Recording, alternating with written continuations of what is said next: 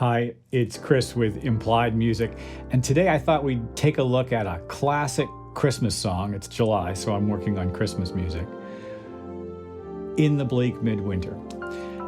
We're gonna stack our chords in fourths, not thirds. Let's take a look.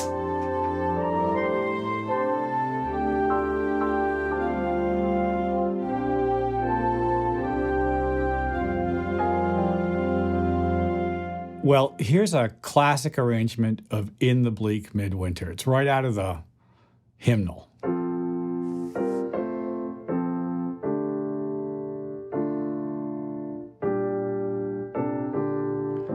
If you've ever sung in a church choir, this is the kind of arrangement that is in the book in front of you.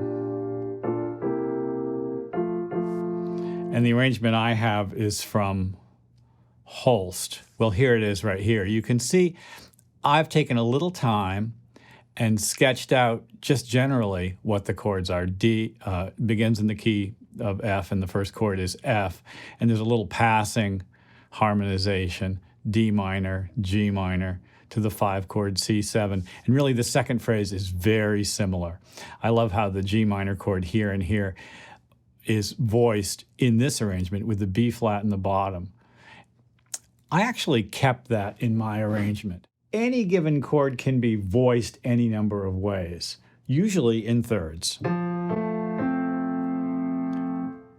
F, A, C.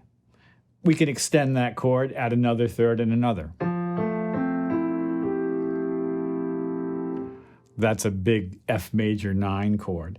But those tones, F in the bass, A, C, E, and G, don't have to appear in that order. In fact, one fascinating thing to do is to invert them and make them appear in a stack of fourths.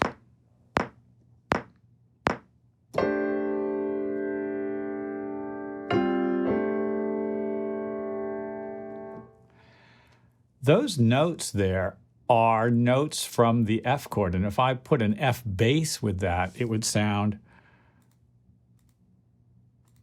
like an F chord.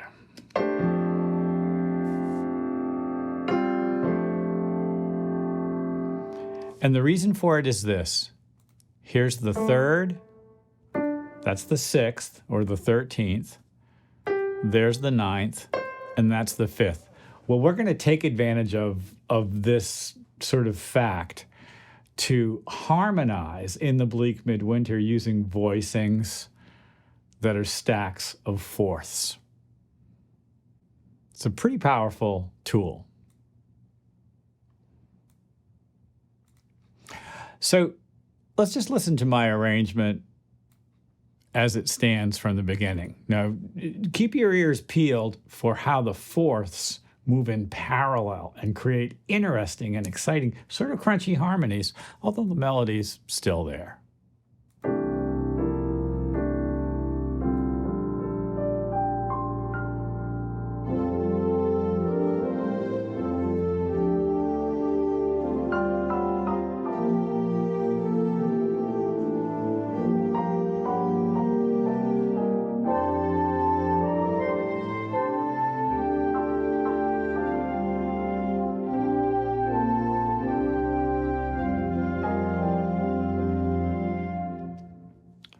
It's a thick texture.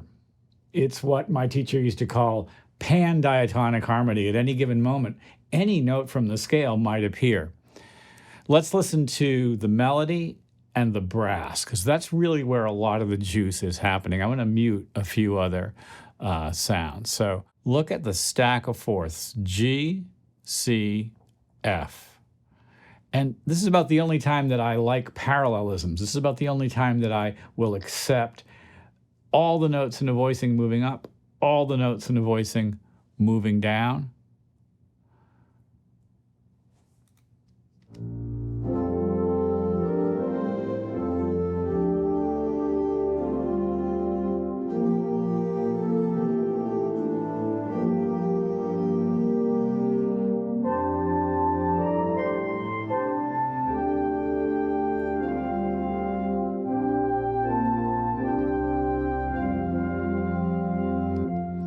if you're like me, you hear the chord strongly, and it's because the bass note, which I didn't allow us to view there, is creating a strong sense of the root of the chord. And now let's add a very abstract component, the piano on the top, which is actually tons of parallel fourths. And I've actually created some free, I guess I would just have to call them chromatic motions. Turns out parallel fourths work great for embellishing melodies.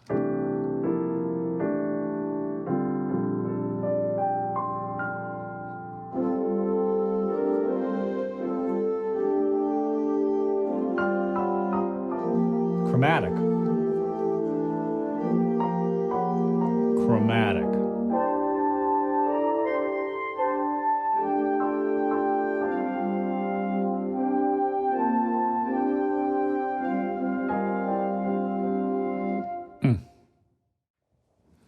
Well, that melody reminds me of Dvorak's New World Symphony melody, which is sometimes called Coming Home.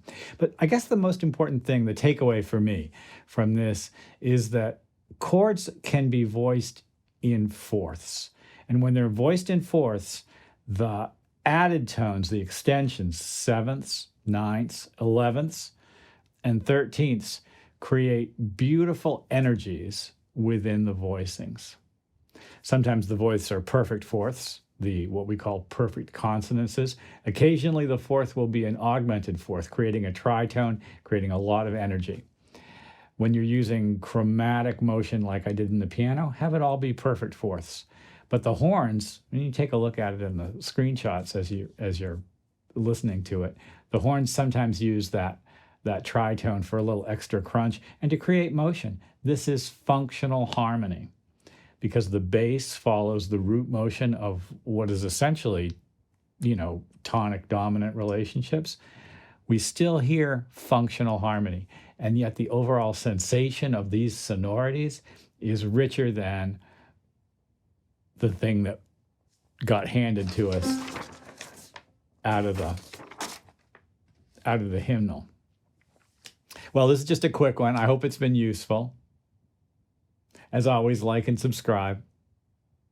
Leave a comment. I'm very curious to know what you're working on. I'll see you next time.